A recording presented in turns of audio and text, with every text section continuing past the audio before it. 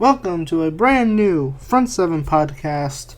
I am your host, Money Mike.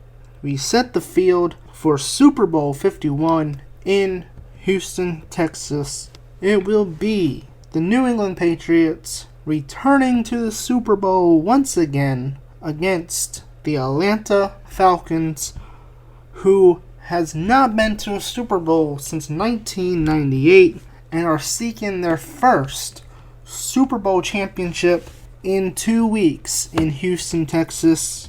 The Patriots, meanwhile, are going for their 5th championship in 2 weeks. It is going to be an amazing game to watch. Tom Brady versus Matt Ryan. Both of these offenses are just so good right now. And I truly think this is going to be a very memorable Super Bowl.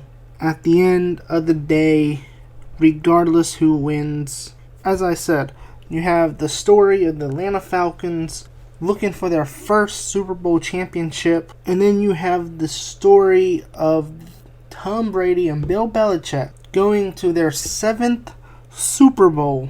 5 championships and 7 Super Bowl appearances is remarkable. And to tell you how even more remarkable that is, folks, that is a Super Bowl or an NFL record. No player has played in 7 Super Bowls. No head coach has coached in 7 Super Bowls until now.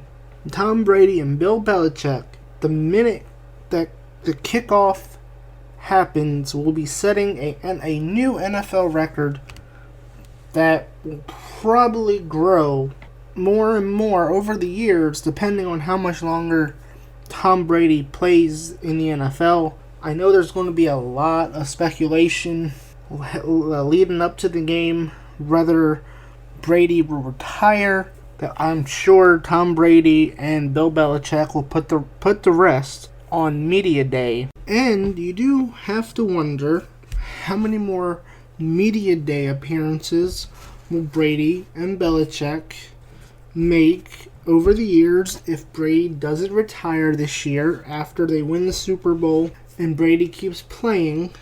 If Belichick doesn't step down anytime soon, this new NFL record of a coach coaching in 7 Super Bowls, a player playing in 7 Super Bowls, it could grow to 8, 9, 10 Super Bowls. These two just have things figured out. The Patriots have everything figured out when it comes to what it takes to make a championship team. And when you look at the AFC, you have to wonder, is there any team that could prevent them from growing this record from 7 Super Bowl appearances to 8 or 9 or 10?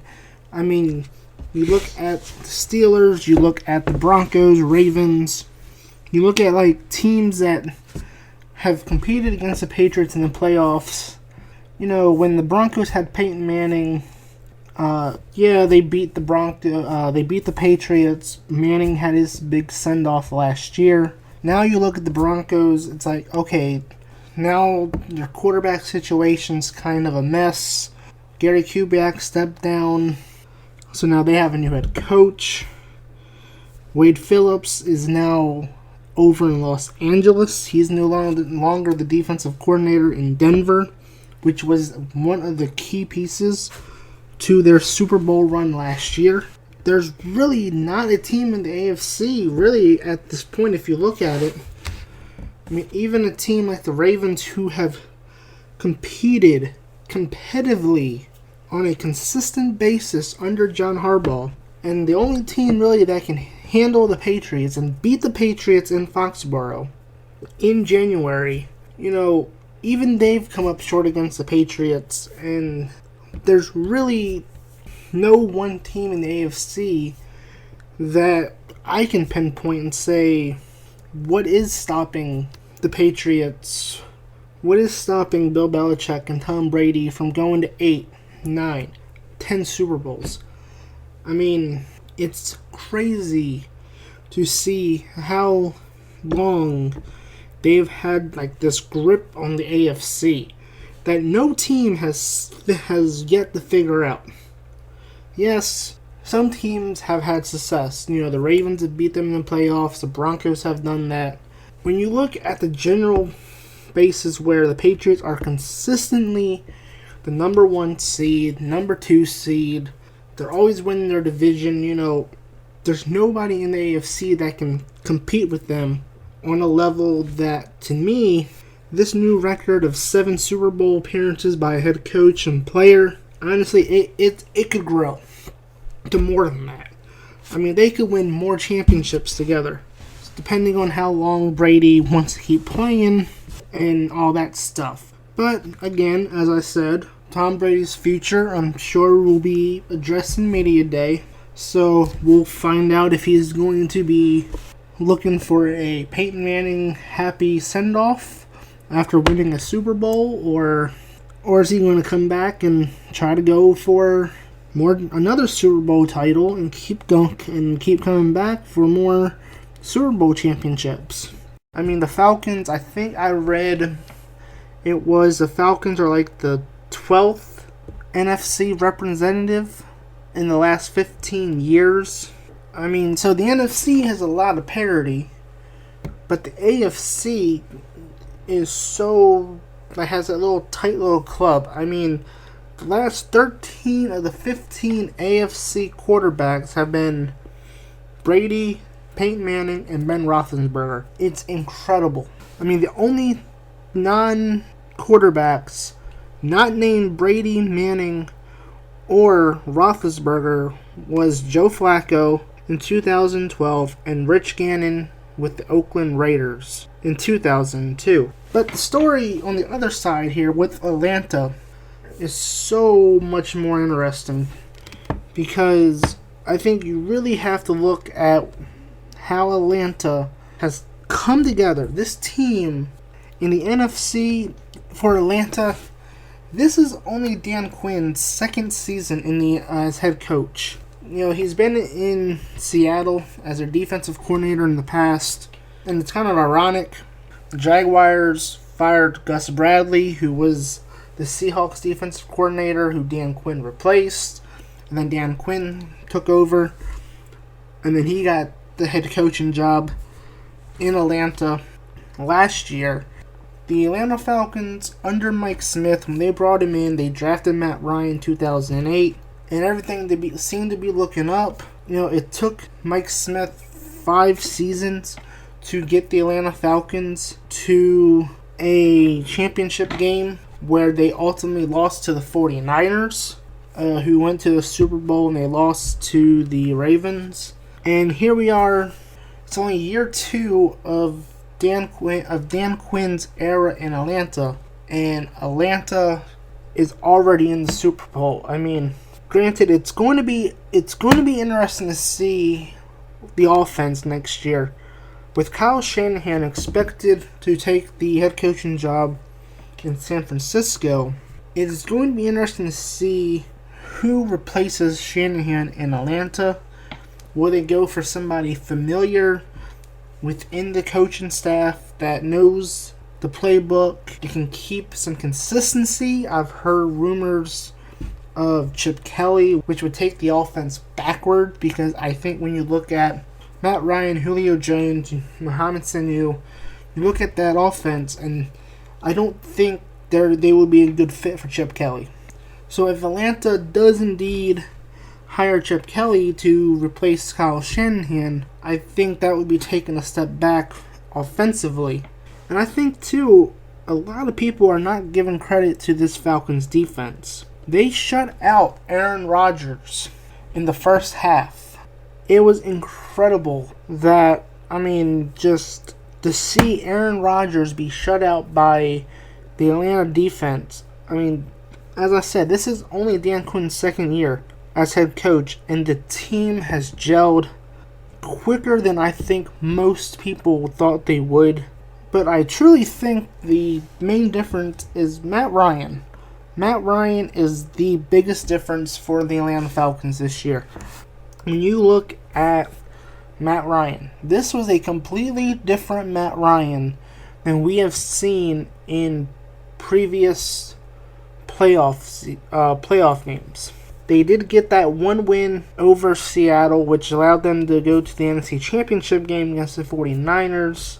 But then they struggled after that. They missed the playoffs. Dan Quinn has got them back on track of where most people thought they would have been already a couple years ago. But the Mike Smith experiment failed. And just the poise and the confidence that you see, that I saw in Matt Ryan in these playoffs, it reminds me of his 2008 draft counterpart, Joe Flacco, in 2012. I mean, the run that Joe Flacco had in 2012 was incredible. And Matt Ryan, it's to me, it's like shades of Flacco in 2012, where it was just like a completely different Flacco than what we've seen in years past. Same poise and confidence that Matt Ryan has now that allowed him to take the Ravens and lead them to a Super Bowl victory in 2012. And I truly think Matt Ryan, even though against Tom Brady, and I know Bill Belichick is probably the best coach, that will be able to game plan and stop the Atlanta offense from being their high-scoring, dominant self. I still think Matt Ryan and company, I think they can really, really take that confidence, take this hot streak. To me, they have the it factor to them this year. Like the it team. Like it's their year. And I think Atlanta has the best chance. I think if it was Green Bay, I think the way Green Bay played against Atlanta, I don't think Green Bay would have had a chance of beating the Patriots. But I think Atlanta does have a better chance at doing it more so than anybody in the playoffs this year. We knew Houston wasn't going to do it. I mean, the Texans were close. If they had a better quarterback, who knows if the Patriots are going to the Super Bowl. The Steelers, they kept making mistakes. Le'Veon Bell got hurt. And we've seen the Steelers in the past where they've seemed to struggle without the run game and without Le'Veon Bell in the lineup.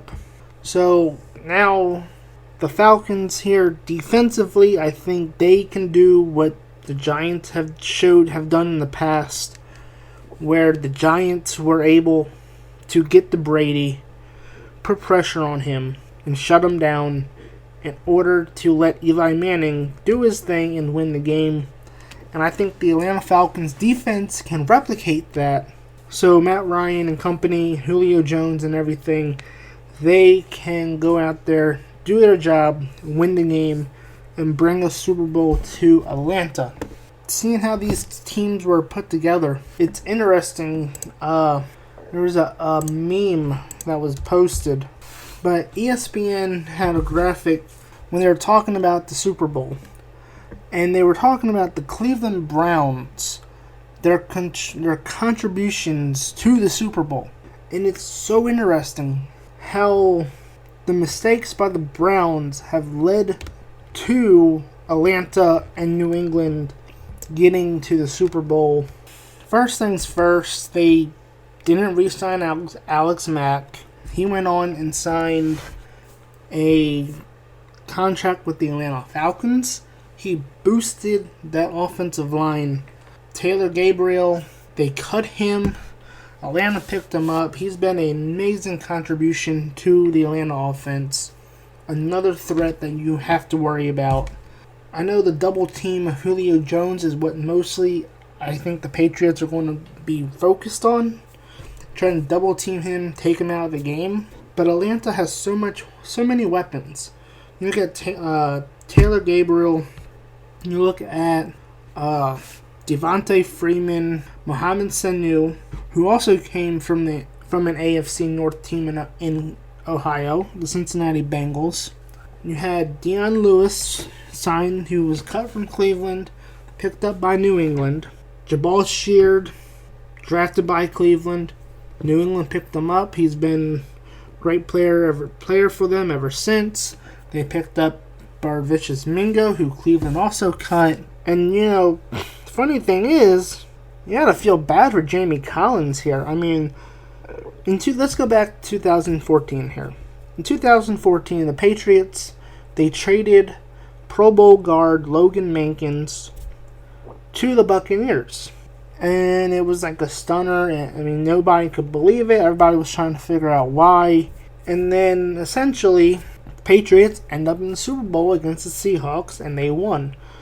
Logan Mankins ended up on the worst team in the league, the Tampa Bay Buccaneers, which they went 2-14, which allowed them to take Jameis Winston in the 2015 draft, first overall.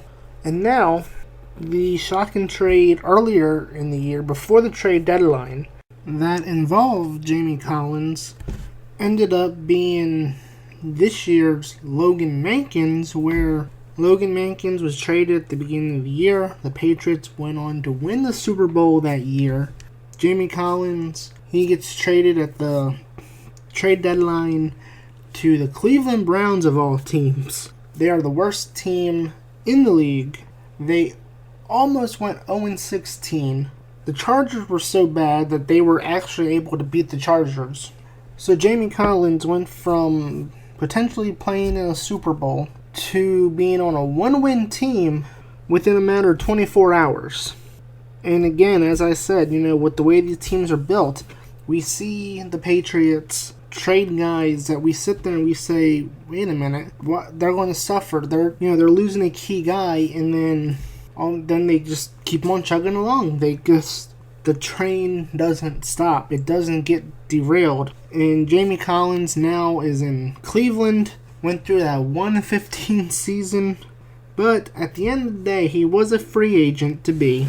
And Bill Belichick most likely was not going to pay him what the Cleveland Browns just paid him, as it is being reported that today the Cleveland Browns and Jamie Collins have agreed to a new 4-year, $50 million contract with $26 million guaranteed. Again, Bill Belichick would not have paid Jamie Collins that much money. He would have been a huge sought-after free agent for sure. But at the end of the day, as we said, we've seen the Patriots trade guys away, and then they use these draft picks on guys to just help the team stay competitive.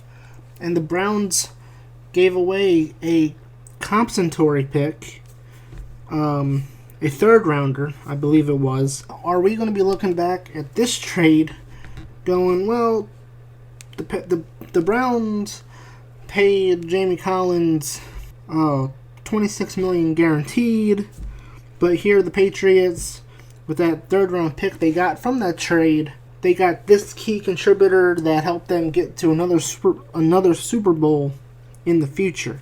I mean, that's just how the Patriots work. So, once again, Patriots, they get rid of these key players. They've moved on from Richard Seymour in the past, where he was traded to Oakland, and everybody thought that, oh, it's so terrible. And then they just keep chugging along. I mean, everybody thought it was going to be the end of the day for the Patriots in the beginning of the year, with Brady suspended, but they went 3-1. I mean, regardless of anything, the Patriots just keep chugging along, and that's it. I mean, the other teams just look foolish for taking them guys, and then they're not winning with them. And the Patriots, they trade them off, they send them off to the other teams, and they're still winning. So, incredible to see how these teams shaped up. The journey to get there. Atlanta, they had to go through a coaching change. They had to hire Dan Quinn to get them on track. And this is only his second season. He has them in the Super Bowl. And when you look at Atlanta, I mentioned how the Browns helped shape them up with Alex Mack, Taylor Gabriel. But the other key component when you look at the Atlanta Falcons and how they were built was the 2011 draft. Now, they were picking 27th, and I know for a lot of people, they were giving Thomas Dimitroff, the general manager of the Falcons, a lot of hate. It's like, why would you give up so much? And then over the years, we saw how the Falcons lacked depth because all those picks they gave away, so they couldn't really have good players in place to help with injuries. When injuries happened to their starters, they didn't have much depth because Thomas Dimitroff decided to make that big trade that has finally paid off. We talk a lot about the Atlanta offense. I talked about Julio Jones.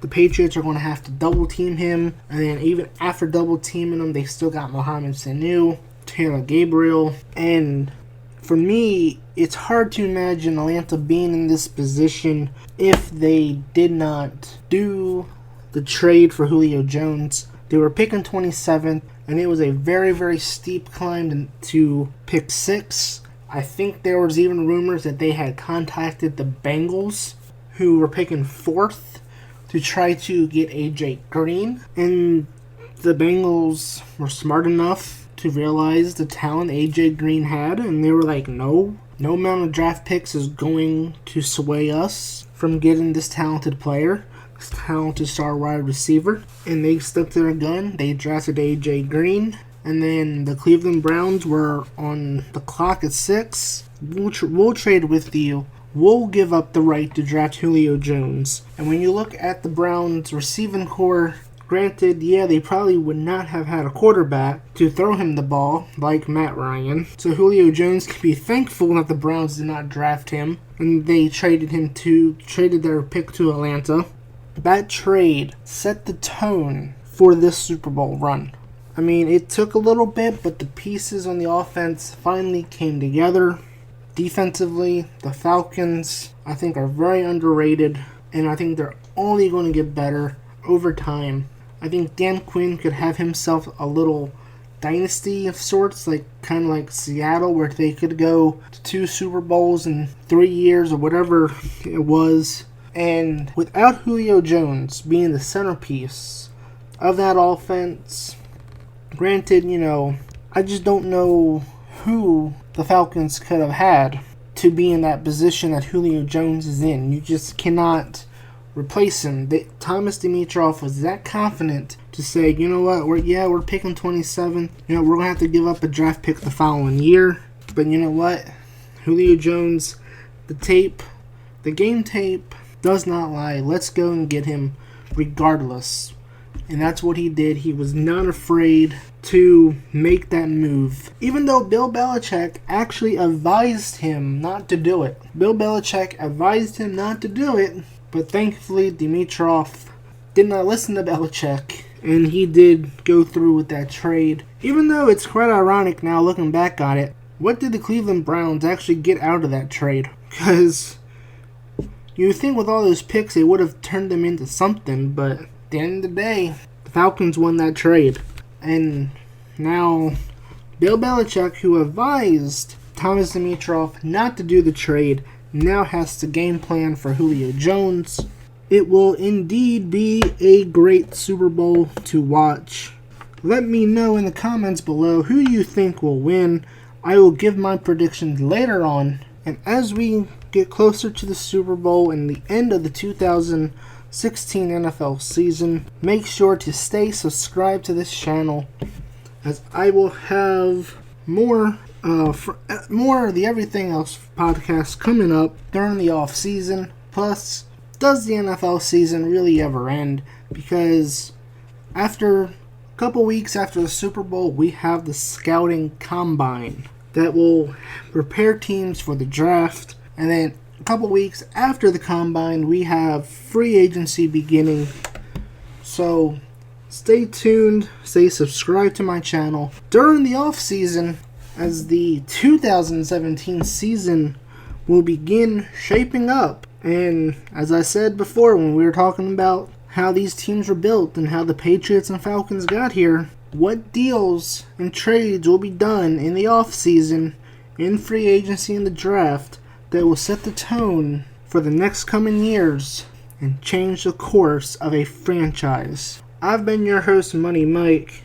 There will be a brand new Everything Else podcast this week, talking about the changes coming to NASCAR, and I will also debut a new show, my own top 10 list, on this channel. So subscribe for more of not only the Front 7, but the Everything Else podcast, and my own top 10 show. So, I've been your host, Money Mike, and I'll see you later this week as I discuss the changes coming to NASCAR.